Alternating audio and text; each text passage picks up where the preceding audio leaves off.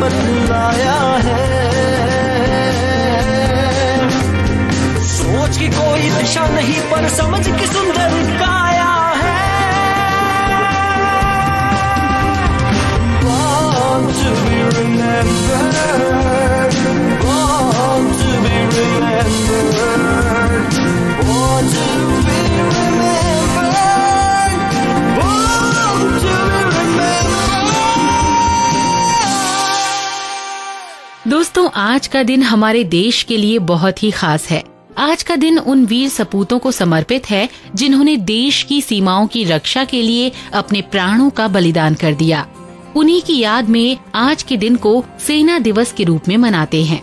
नमस्कार दोस्तों, मैं हूं बबीता जैन, आपका पसंदीदा program born to be remembered लेकर। और हर दिन की तरह आज हम फिर से बातें करेंगे देश और दुनिया से जुड़े कुछ ऐसे लोगों की जिन्होंने अपने काम से न सिर्फ अपने देश का नाम रोशन किया बल्कि पूरी दुनिया में कामयाबी की एक नई इबारत लिखी।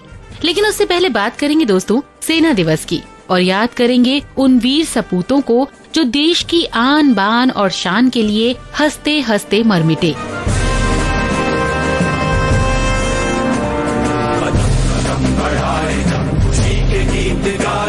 ये जिंदगी है कौम की, तू कौम पे लुटाए जा, कदम कदम बढ़ाए जा, खुशी के गीत गाए जा। ये जिंदगी है कौम की, तू कौम पे लुटाए जा।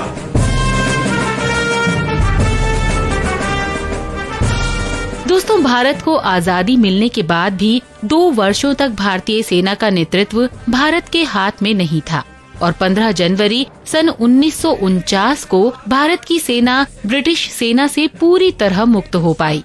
तब KM करियप्पा को भारतीय सेना का कमांडर इन चीफ बनाया गया। इसीलिए 15 जनवरी को सेना दिवस घोषित किया गया। देश की सीमाओं की चौकसी करने वाली भारतीय सेना आज के दिन अपने दमखम का प्रदर्शन करती है और उस दिन को पूरी श्रद्धा से याद करती है जब सेना की कमान पहली बार एक भारतीय के हाथ में आई थी। ये दिन देश के लिए देश के लोगों में समर्पण और कुर्बानी का भाव जगाने का एक ऐसा अवसर होता है जिसमें लोग देश की एकता और अखंडता बनाए रखने का संकल्प लेते हैं। इस कार्यक्रम में भारत के राष्ट्रपति, तीनों सेनाओं के सर्वोच्च कमांडर और प्रधानमंत्री भाग लेते हैं।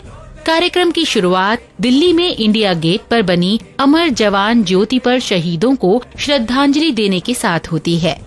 इसके बाद भारतीय सेना अपनी ताकत का प्रदर्शन करती है और इसी के साथ ही शहीदों की विधवाओं को सेना मेडल और दूसरे पुरस्कारों से सम्मानित भी किया जाता है। तो आज के दिन हम उन शहीदों को नमन करते हैं जिन्होंने देश के लिए अपने प्राणों की आहुति दे दी और हमारी पूरी टीम की तरफ से उन सभी वीरों को भावभीनी श्रद्धांजलि।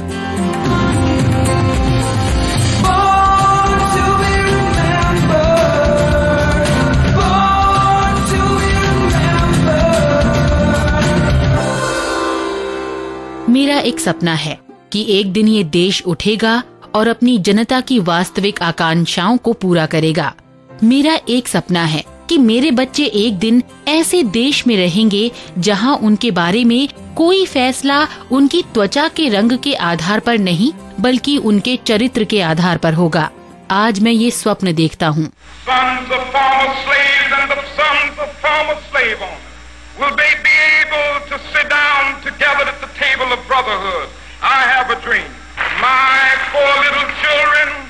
will one day live in a nation where they will not be judged by the color of their skin, but by the content of their character. I have a dream that one day every valley shall be exalted, every hill and mountain shall be made low, the rough places will be made plain, and the crooked places will be made straight, and the glory of the Lord shall be revealed, and all flesh shall see it together.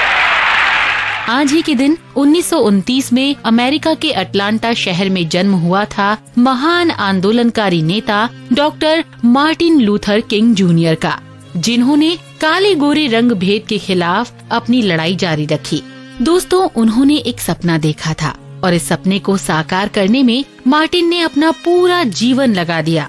इतिहास में कुछ ऐसे महान नेता हुए हैं जिन्होंने अपनी क्रांतिकारी सोच और मजबूत इरादों के दम पर पूरे देश की दिशा और दशा को ही बदल कर रख दिया। ऐसे ही महान नेताओं में मार्टिन लूथर किंग का नाम बड़े ही आदर से लिया जाता है। मार्टिन महात्मा गांधी के विचारों से बहुत अधिक प्रभावित थे। गांधी जी के द्वारा सत्य और अहिंसा के आधार पर की गई लड़ाई से प्रेरणा लेकर उन्होंने अपनी लड़ाई का आधार भी इन्हीं विचारों को बनाया। और यही वजह रही जब सन 1963 में वॉशिंगटन के लिंकन स्मारक पर करीब 2 लाख लोगों के सामने मार्टिन ने अपने मार्च में जो ऐतिहासिक भाषण दिया, उसमें उन्होंने महात्मा गांधी को अपना मिसाल माना।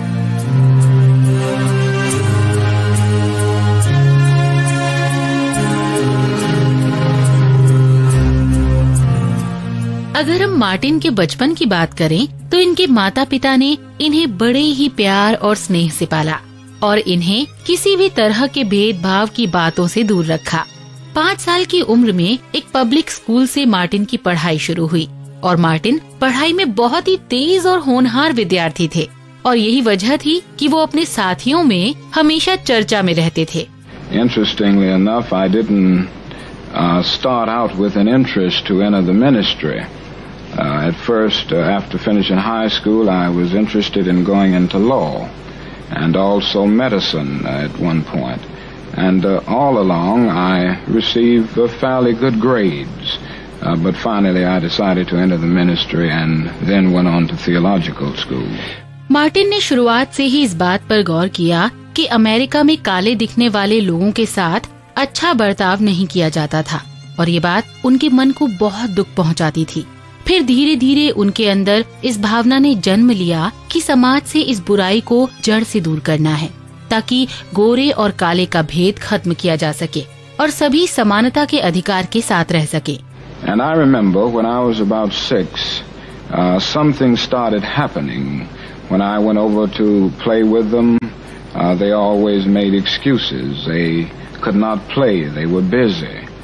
And finally, I went to my mother with this problem, and she tried to explain to me in the best way she could explain to a child 6 years old. And this was really the first time that I became aware of the racial differences, or really the racial problem. She made it clear to me that this system had a long history, dating back to the time of slavery.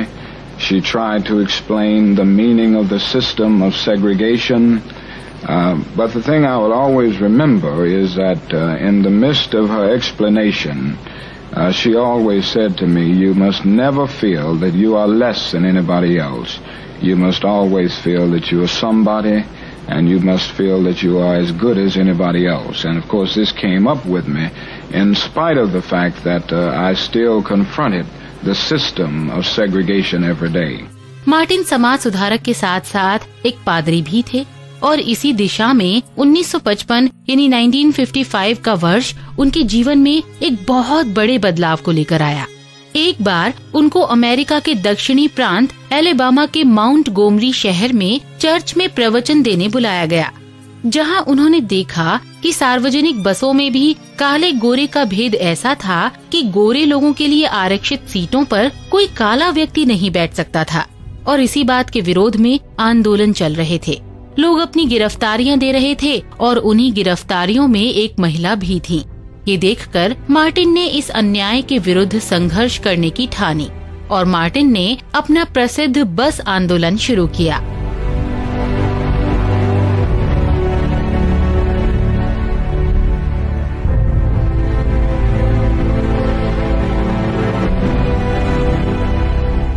उनका ये सत्याग्रही आंदोलन पूरे 381 दिनों तक चला। उसके बाद Martin के विचारों की जीत हुई और अमेरिकी सरकार को उनके आगे झुकना पड़ा और उसका नतीजा ये हुआ कि अमेरिकी बसों में काले गोरे यात्रियों के लिए अलग अलग सीटें रखने का प्रावधान खत्म कर दिया गया और फिर यहीं से उनके संघर्ष की शुरुआत हुई। मुश्किलें और परेशानियां मार्टिन के हर कदम पर खड़ी थीं, लेकिन मार्टिन के भी इरादे बुलंद थे। पूरे अमेरिका में रंग भेद के विषय पर मानव अधिकारों का हनन हो रहा था। ये सब देखकर मार्टिन ने अपनी लड़ाई देश के अन्य हिस्सों में भी फैलाई और इस लड़ाई में मार्टिन को जहां एक ओर धार्मिक नेताओं का साथ मिला, तो दूसरी तरफ कुछ गोरे नागरिक भी शामिल हुए। मार्टिन 1959 में भारत की यात्रा पर आए और गांधी जी के विचारों और आदर्शों को नजदीक से समझा और जाना, जिसका परिणाम साफ साफ उन पर नजर आया। गांधी जी के आदर्शों पर चलकर ही डॉक्टर मार्टिन ने अमेरिका में इतना सफल आंदोलन चलाया और सफलता हासिल की।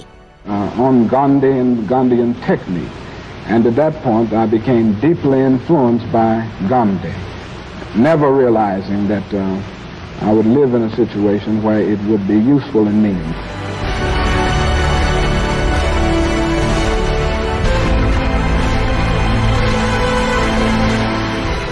अपनी सादगी और ऊंचे आदर्शों की वजह से मार्टिन जनसाधारण में बहुत ही पसंद किए जाते थे। वो अक्सर कुछ शब्दों को कहा करते थे, हम वो नहीं हैं जो हमें होना चाहिए और हम वो नहीं हैं जो होने वाले हैं, लेकिन खुदा का शुक्र है कि हम वो भी नहीं हैं जो हम थे। अगर हम मार्टिन की उपलब्धियों की बात करें तो सन 1964 यानी 1964 में उन्हें विश्व शांति के लिए नोबेल पुरस्कार विजेता के रूप में भी याद किया जाता है। इसके साथ ही कई अमेरिकी विश्वविद्यालयों ने उन्हें मानद उपाधियों से भी नवाजा। अनेक धार्मिक और सामाजिक संस्थाओं ने उन्हें सम्मान में मेडल दिए। दोस्तों, गांधी जी से मार्टिन की समानता कई मायनों में की जा सकती है। एक तरफ जिन आदर्शों पर चलते हुए गांधी जी ने भारत देश को आजाद कराया, तो दूसरी तरफ उन्हीं आदर्शों का पालन करते हुए मार्टिन ने भी अमेरिका में असमानता के विचार को खत्म करने में महत्वपूर्ण भूमिका निभाई।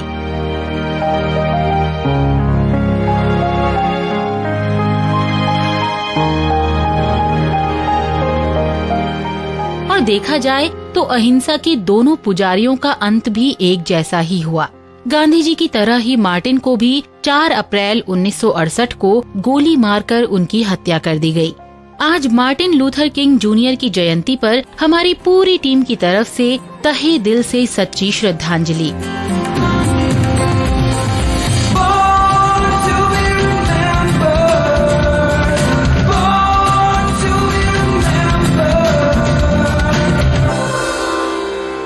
दोस्तों, अब रुख करते हैं खेलों की तरफ और बात करते हैं एक ऐसे खिलाड़ी की जिसने अपनी कड़ी मेहनत और इच्छा शक्ति के बल पर न सिर्फ देश का नाम रोशन किया, बल्कि स्वतंत्र भारत के वो पहले ऐसे खिलाड़ी बने जिन्होंने ओलंपिक्स में भारत के लिए व्यक्तिगत पदक भी हासिल किया। जी हाँ, ये खिलाड़ी कोई और नहीं बल्कि खाशाबा दादा साहेब जाधव थे, जिन्होंने देश और दुनिया में अपनी ताकत का लोहा मनवाया और फ्री स्टाइल कुश्ती में भारत को दूसरे देशों की तुलना में लाकर खड़ा कर दिया। दोस्तों, आज ही के दिन करत तालुका में गोलेश्वर नाम के एक छोटे से गांव में जाधव जी का जन्म हुआ। इन्होंने अपनी स्कूली शिक्षा गांव के ही एक स्कूल से प्राप्त की और खेलों के लिए इनका लगाव बचपन से ही था। अगर ये कहा जाए कि खेलों की प्रेरणा इन्हें विरासत में मिली तो कुछ भी गलत नहीं होगा, क्योंकि इनके दादा और पिता भी एक अच्छे पहलवान और कोच थे।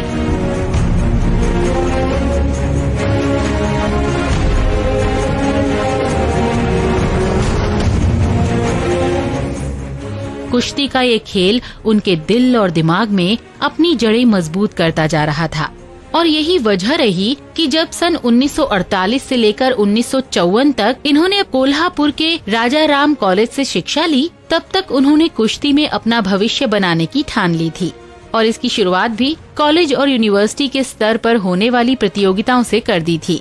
कुश्ती खेल के लिए उनकी लगन और कोशिशों ने आखिर रंग दिखाना शुरू कर दिया था।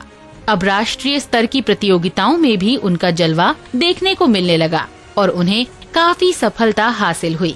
लेकिन जाधव जी का जीवन बहुत ही संघर्षों से घिरा रहा। उनकी आर्थिक स्थिति भी अच्छी नहीं थी। खेलों के साथ ही जाधव जी का मन देश की आजादी के लिए भी छटपटा रहा था।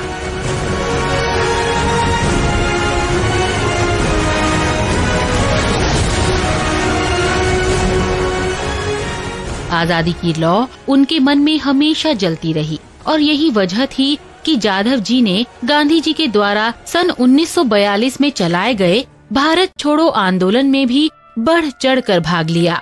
देश को आजादी मिलने के साथ ही इस देशभक्त की खुशी का ठिकाना नहीं रहा।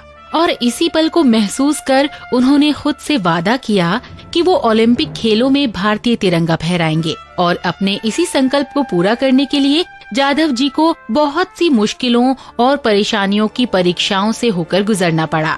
जाधव जी ने अपना सपना साकार किया सन 1948 यानी 1948 के ओलंपिक खेलों में भारत की ओर से फ्लाइट वेट श्रेणी में भाग लेकर। दुर्भाग्य से वो पदक पाने से चूक गए और छठे स्थान पर रहे। शायद ये जाधव जी की परीक्षा की घड़ी ही थी जिसमें उन्होंने हार नहीं मानी और उसके 5 साल बाद हेलसिंकी ओलंपिक सन 1952 में जाधव जी ने जीनान से मुकाबला करते हुए कांस्य पदक जीता। आजाद भारत में व्यक्तिगत तौर पर ओलंपिक स्पर्धा में पदक जिताने वाले जाधव जी को पहला खिलाड़ी होने का गौरव प्राप्त है। इससे पहले भारत को सिर्फ हॉकी प्रतियोगिता में ही पदक मिले हुए थे।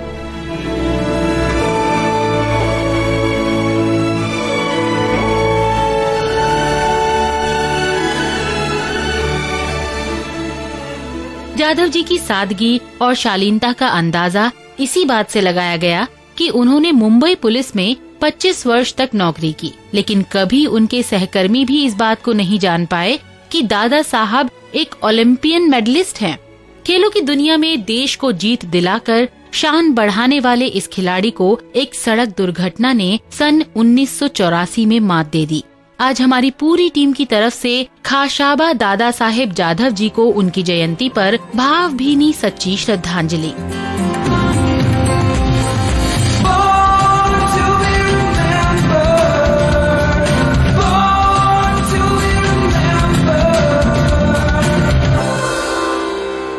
दोस्तों, अब रुख करते हैं एक ऐसी शख्सियत की तरफ जिनका सीधा संबंध हमारी आजादी की लड़ाई में रहा। इस महान स्वतंत्रता सेनानी ने अंग्रेजों के खिलाफ देश को आजाद कराने में हिस्सा लिया। जी हाँ, हम बात कर रहे हैं डॉक्टर सैफुद्दीन किचलू की, जिनका आज ही के दिन सन 1888 में पंजाब के अमृतसर शहर में जन्म हुआ था। देश की आजादी के खातिर अपना सब कुछ कुर्बान करने वालों में डॉक्टर सैफुद्दीन किचलू जी का नाम बड़े ही आदर से लिया जाता है। किचलू जी के पिता एक व्यवसायी थे। इनकी हाई स्कूल की शिक्षा अमृतसर के इस्लामिया से हुई और आगे की पढ़ाई के लिए इन्हें कैम्ब्रिज विश्वविद्यालय भेज दिया गया, जहां से इन्होंने बीए की परीक्षा पास की और पीएचडी के लिए एक जर्मन विश्वविद्यालय में एडमिशन लिया। दोस्तों, डॉक्टर किचलू ने लंदन से बार एक्ट लॉ की डिग्री भी हासिल की और उसके बाद भारत आकर अमृतसर से वकालत की प्रैक्टिस शुरू कर दी। किचलू जी ने अंग्रेजों के खिलाफ अपने सक्रिय राजनीतिक सफर की शुरुआत अमृतसर की नगर निगम समिति का सदस्य बनकर की। उसके बाद उन्होंने पंजाब में भारतीय राष्ट्रीय कांग्रेस का आयोजन भी किया। दोस्तों, अब समय था आंदोलन को और अधिक तेज करने का, और वो समय 1919 में आया, जब किचलू जी ने पंजाब में एंटी राष्ट्र एक्ट आंदोलन की अगुवाई की। डॉक्टर किचलू महात्मा गांधी के विचारों से बहुत अधिक प्रभावित थे और इसी वजह से डॉक्टर किचलू गांधी जी के बताए नक्शे कदमों पर चल रहे थे। स्वतंत्रता से जुड़े आंदोलनों में डॉक्टर किचलू सबसे आगे चलने वाले लोगों में थे। यही वजह रही कि डॉक्टर किचलू को कई बार जेल जाना पड़ा और अपनी जिंदगी के कीमती 14 वर्षों का लंबा सफर उन्होंने ब्रिटिश जेलों में बिताया। एक ऐसी ही घटना जलियांवाला बाग के साथ जुड़ी हुई है। जब 13 अप्रैल को डॉक्टर सैफुद्दीन किचलू और डॉक्टर सत्यपाल की गिरफ्तारी हुई तो जलियांवाला बाग में लोगों की भीड़ इकट्ठा हुई, जिस पर अमृतसर में तैनात फौजी कमांडर जनरल डायर ने गोलियां चलाने का आदेश दिया, जिसमें हजारों की संख्या में भारतीय मारे गए।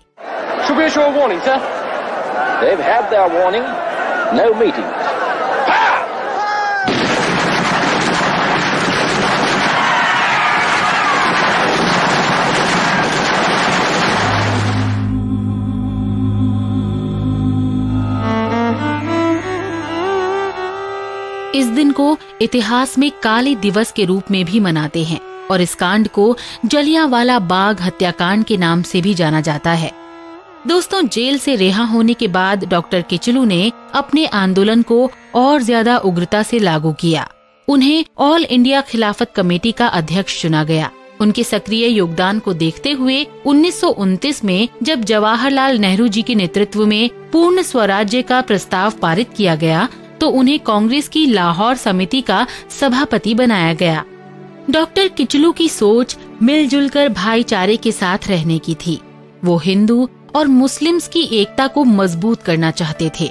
इसीलिए उन्होंने आजादी के बाद बनने वाले पाकिस्तान के विभाजन का भी विरोध किया। गांधी जी का अनुसरण करने वाले डॉक्टर किचलू ने हिंसा और आतंकवाद पर अपने विचार रखते हुए कहा था, ऐसे बहुत से ऐतिहासिक, आर्थिक और मनोवैज्ञानिक कारण हैं जिनके चलते लोग हिंसा का सहारा ले रहे हैं, लेकिन क्या हम अपनी तरफ से ऐसी कोई पहल कर रहे हैं जिससे आतंकवाद और हिंसा को पूजने वाली विचारधारा को पराजित किया जा सके? डॉक्टर किचलू के विचार आज के समय में भी उतने ही संजीदा यानी कि संवेदनशील हैं जितने तब थे। डॉक्टर किचलू को भारत के शांति दूत के रूप में भी जाना जाता है। इसीलिए सन 1952 यानी 1952 में सोवियत संघ के प्रतिष्ठित लेनिन शांति पुरस्कार को पाने वाले डॉक्टर किचलू पहले भारतीय बने। अंग्रेजों के खिलाफ आजादी की अपनी लड़ाई जीतने वाला ये शांति दूत अपने जीवन की लड़ाई सन 1963 में हार गया। आज उनकी जयंती पर हमारी पूरी टीम की तरफ से तहे दिल से डॉक्टर सैफुद्दीन किचलू को सच्ची श्रद्धांजलि।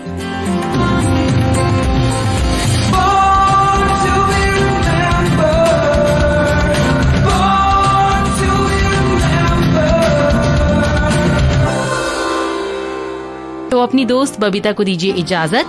कल मिलते हैं। नमस्कार। मैं बनना चाहूँ जैसा पर शायद सपनों में, मैं उड़ना चाहूँ जैसा पर शायद सपनों में।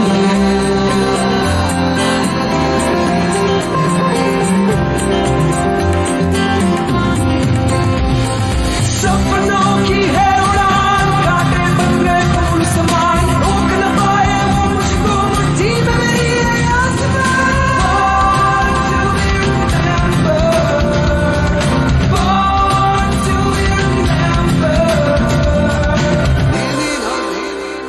इस कार्यक्रम के कार्यकारी निर्माता जैनेंद्र सिंह,